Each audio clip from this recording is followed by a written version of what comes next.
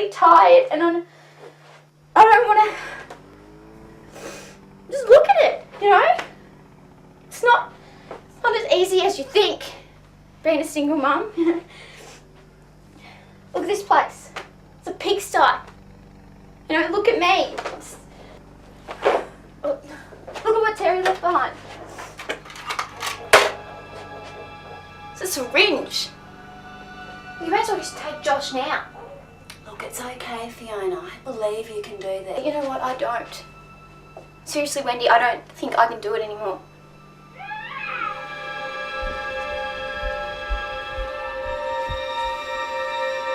What the hell is going on? Hi, Terry. No, we're finished. You are not even supposed to be here. Hey, don't forget, he's my kid too. Hey, Terry, look, why don't you just put Josh down? That way you can just try Hey, and be a big... why don't you just mind your own business? I'm the father here. Oh, what about this?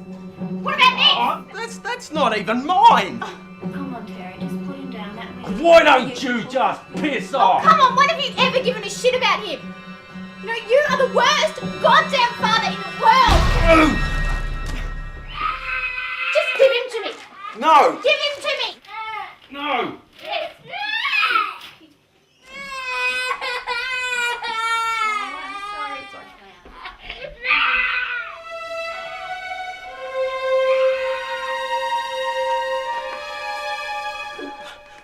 What are you doing, Fee? You're supposed to be family. Terry, you don't know what family is.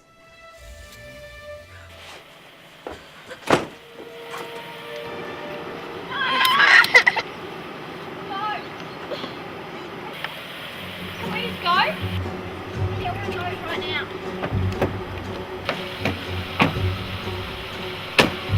Hey, it's okay, baby. We're going now.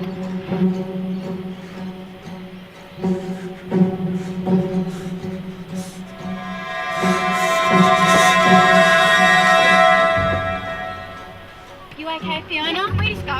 You okay?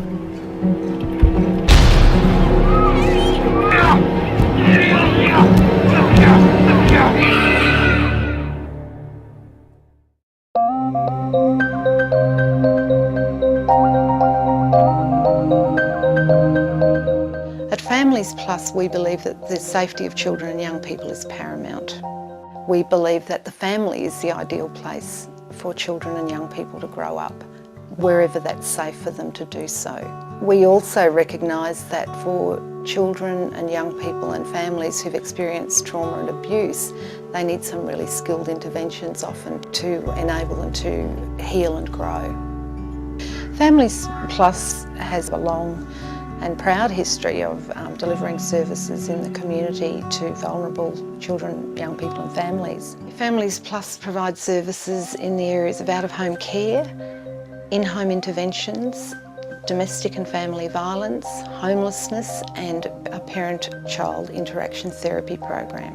We have somewhere probably between 120 and 150 staff across Queensland, primarily in Cairns, South Burnett, Sunshine Coast, the southwest Toowoomba, Gold Coast and the Greater Brisbane area.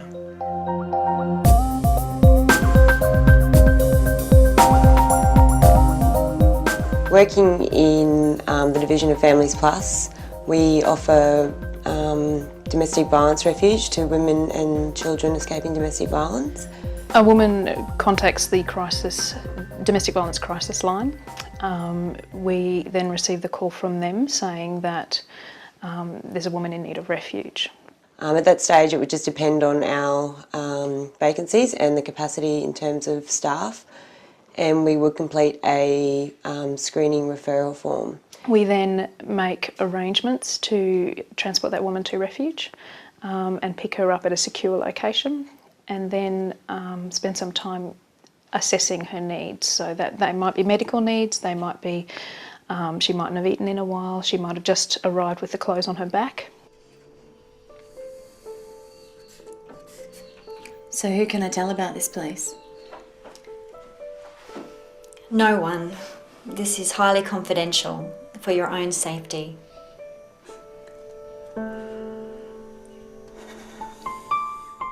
I guess while they're staying in refuge, it's a process. So depending on where the woman is at in her life and what stage of the domestic violence cycle that she's in, it's very unique to the individual. But I guess the information that we want to put across to women is that there are options and that there are services and resources in the community that they can access.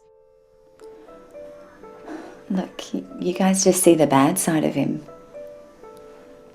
Yes, he can be violent, but, you know, I see the sweet side of him that others don't. I believe you, Jenny, but there's no excuse for violent or controlling behaviour. At the end of the day, I would like clients to walk away from the service knowing that they have had an opportunity to be safe, and that opportunity is important. It's up to you, Jenny.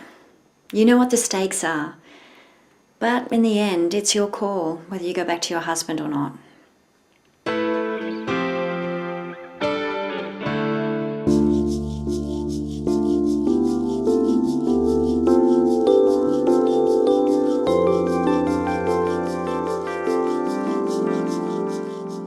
What happens is we receive a phone call from a relevant government organisation or government department, and they say that we have this child who is in need of accommodation.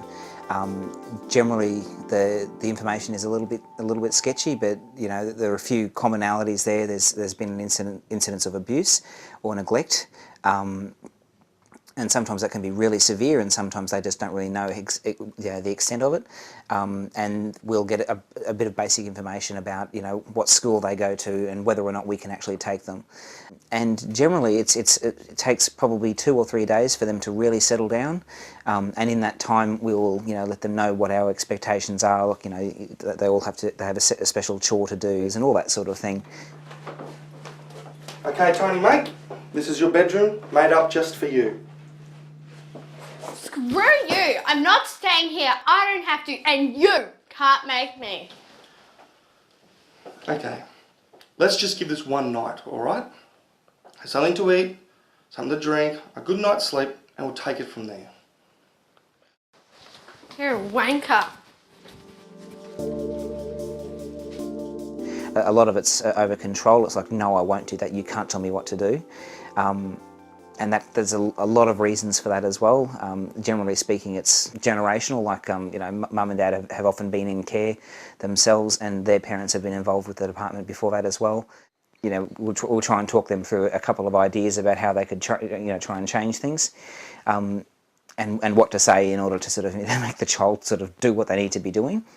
We build a rapport with these guys over the course of time that they're with us, but the rapport comes at the end of all the hard work. I have seen children as well develop an incredible resilience and to start drawing on a strength that they never realised they had. I have seen children sort of realising for themselves that okay, this wasn't about me, this is about my parents. They weren't able to care for me, they were incapable of doing it. And that doesn't mean I'm a bad person.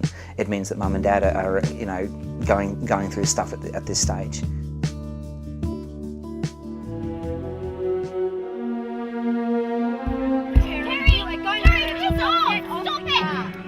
What are you doing? Terry, if you don't get off this car, I'm going to call the police. I mean it.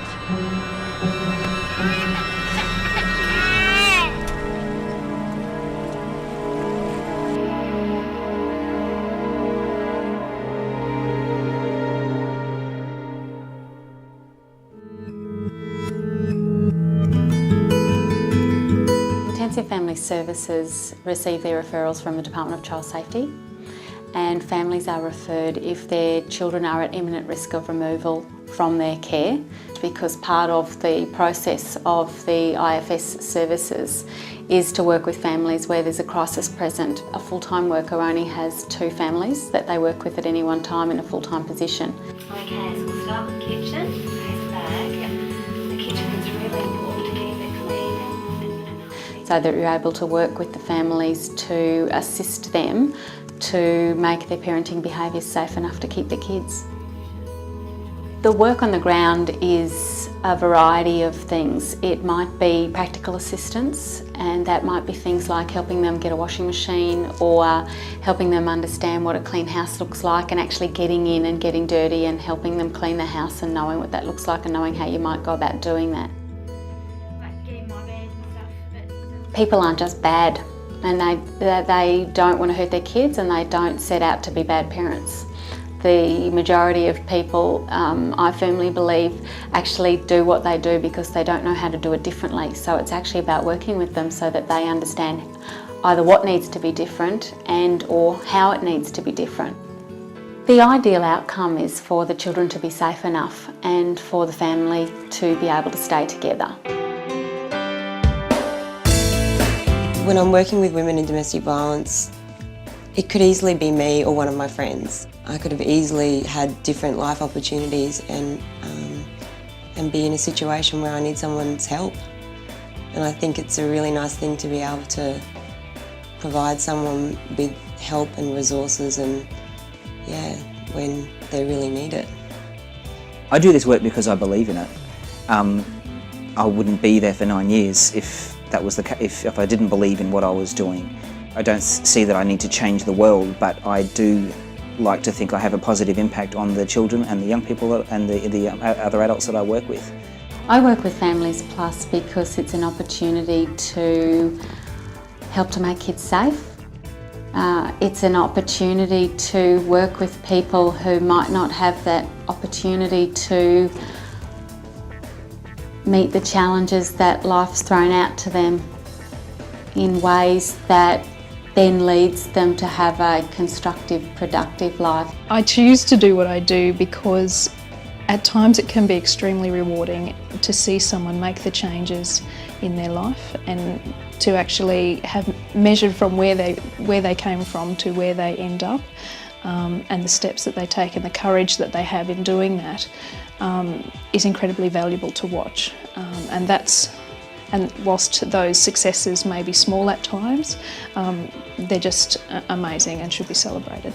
And that's why I do what I do.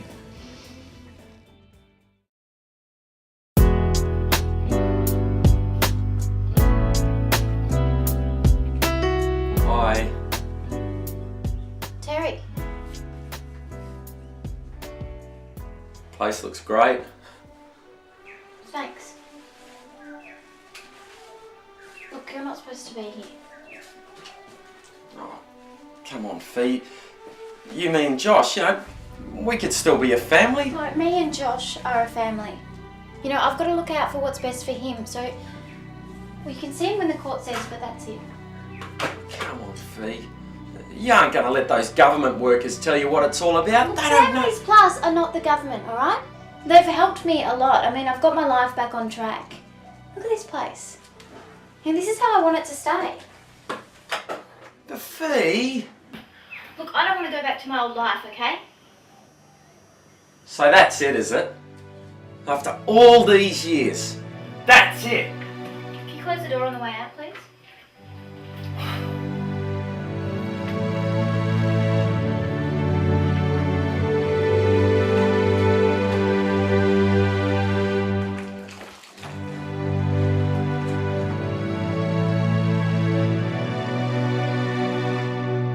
At Families Plus, we've got a vision for the future, and we want to invite families to share that vision and have hope for the future. Because when families are overwhelmed by life circumstances, often they lose sight of a vision or lose hope. And I guess Families Plus is there to create and share hope with those families that there is a better outcome and a better future.